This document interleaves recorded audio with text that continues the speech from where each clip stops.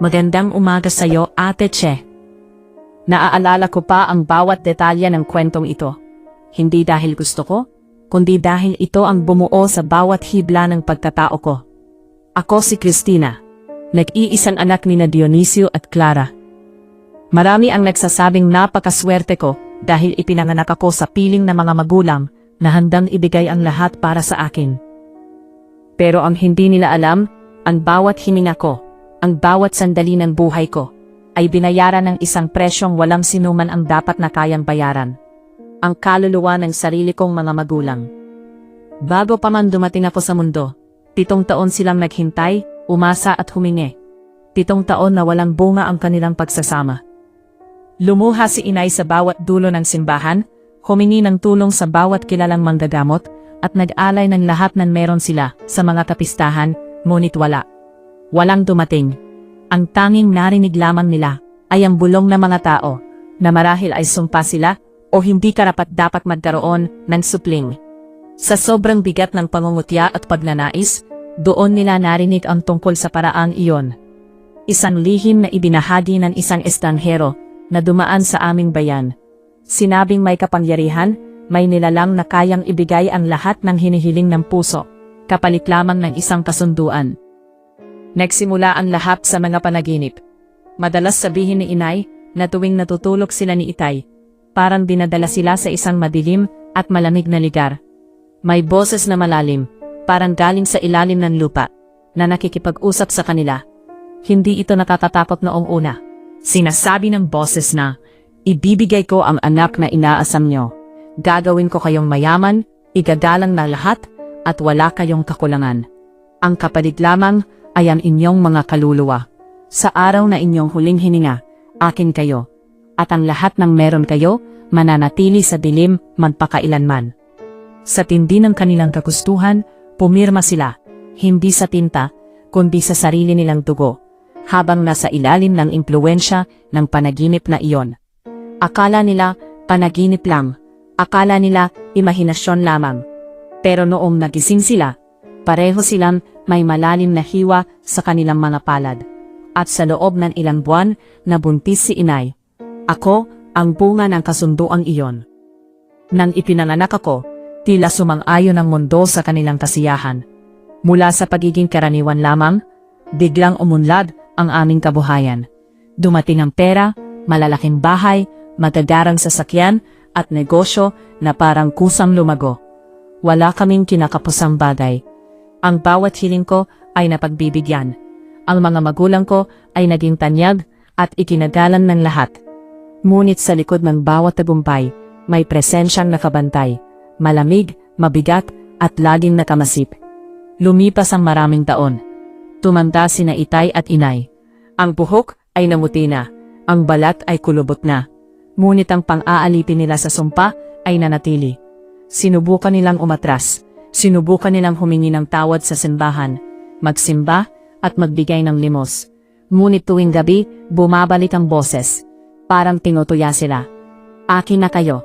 Akin na ang lahat ng ito. Hindi kayo makakatakas. Nakikita ko ito sa kanilang mga mata. Ang takot na hindi nawawala. Ang pagsisisi na huli na ang lahat. Alam nilang kapag namatay sila, hindi lang ang buhay nila ang mawawala, kundi pati ang kaluluwa nila ay lulubog sa dilim magpakailanman. Akala nila ay ganun na lang hanggang sa huli. Akala nila ay wala ng pag-asa, hanggang sa dumating si Miguel.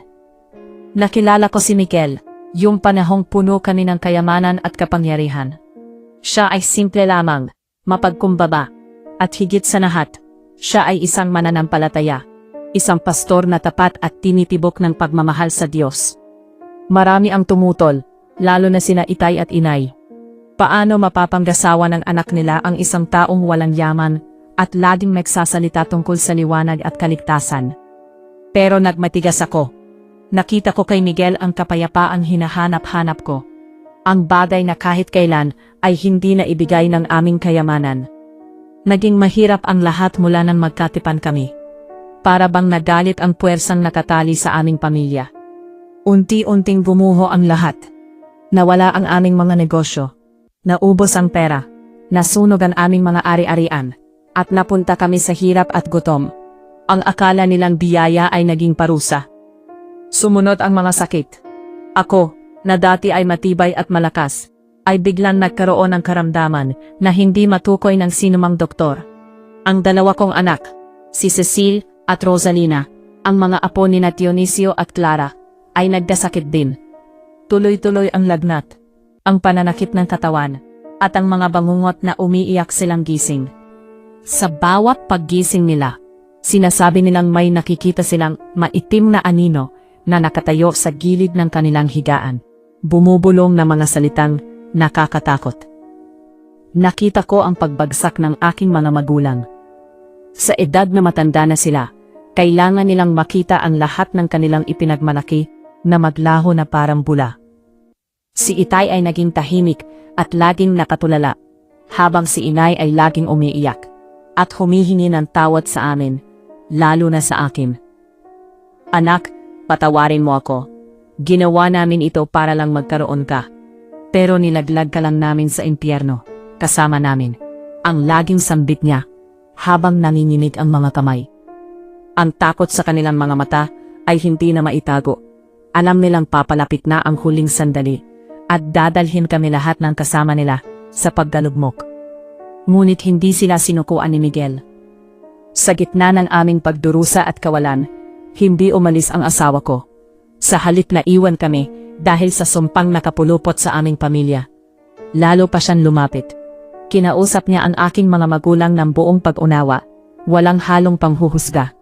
Doon nila unang ikinuwento ang lahat, ang kasunduan, ang mga panaginip, ang dugo, at ang pangakong ibinigay sa demonyo. Umiiyak silang dalawa, habang isinasalaysay ang bigat na ilang dekada nilang daladala. Wala na kaming pag-asa, Miguel. Nakasanla na ang lahat. Ang aming mga kaluluwa, ang buhay ni Cristina, ang mga apo namin, lahat ay pag-aari na ng dilim, sabi ni Itay habang nakayuko at humahagulgol. Hinawakan ni Miguel ang kanilang mga kamay. Ang mga kamay na minsan pumirma sa kasunduan ng kadiliman. At buong tapang na sumagot, walang kasunduan na mas makapangyarihan kaysa sa dugo ng pagtubos. Ang dugo ni Kristo. Ang ibinigay niyo ay inyong sarili, pero ang ibinigay ng Diyos ay ang kanyang anak para sa inyo. Ang kasunduan sa dilim ay may hangganan, pero ang pag-ibig ng Diyos ay walang katapusan. Mula noon, nagsimula ang matinding labanan, hindi gamit ang espada o baril, kundi gamit ang panalangin at pananampalataya. Gabi-gabi, sa gitna ng bahay na walang naipong gamit, nanalangin kami. Sa bawat gabi, na naririnig namin ang malalalim na boses at nakakaramdam ng lamig na tumatagos sa buto. Naroon si Miguel. Nakatayo siya sa pagitan namin at ng dilim. Nananalangin ng malakas, binibigkas ang mga salita ng Diyos na parang mga espadang tumutusok sa kadiliman. Nakita ko kung paano nanginginig ang buong katawan ni Itay at Inay habang tinatalikuran nila ang lahat ng kanilang pinaniwalaan noon. Inamin nila ang kanilang kasalanan, tinanggihan ang kasunduan at higit sa lahat ay tinanggap ni si Jesus bilang kanilang Kristo at tagapagligtas. Ang bawat pag-amin ay parang pagbunot ng tinik na nakabaon ng mahabang panahon. Ang bawat panalangin ay mabigat, puno ng luha at pagsisisi.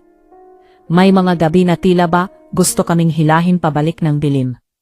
Mas tumitindi ang sakit ko, mas lumalala ang lagnat ng mga anak ko, at mas lumalakas ang mga bulong na nananakot. Pero naroon si Miguel, hindi sumusuko. Paulit-ulit niyang sinasabi sa amin, hindi na kayo pag-aari ng dilim, dahil tinubos na kayo ni Kristo. Unti-unti, may nagbago. Ang lamig sa paligid ay unti-unting nawala. Ang mga bangungot ng mga anak ko ay napalitan ng kapayapaan. Ang sakit sa aking katawan ay humina hanggang sa mawala, at sina Itay at Inay, nakita ko ang kapayapaan sa kanilang mga mukha sa kauna-unahang pagkakataon mula noong ako'y isilang. Nawala ang takot sa kanilang mga mata. Naintindihan nila na kahit ibigay na nila ang lahat, may isa pang nagbigay ng lahat para iligtas sila.